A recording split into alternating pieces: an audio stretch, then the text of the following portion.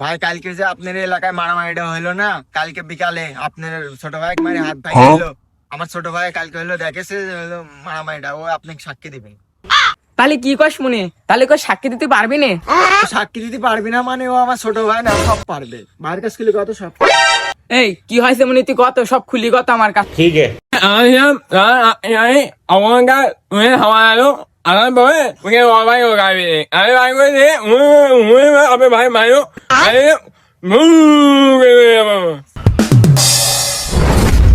ভাই বুঝতে পারছেন তো তাই না? তাহলে সাক্ষী কবে দিবে বলেন?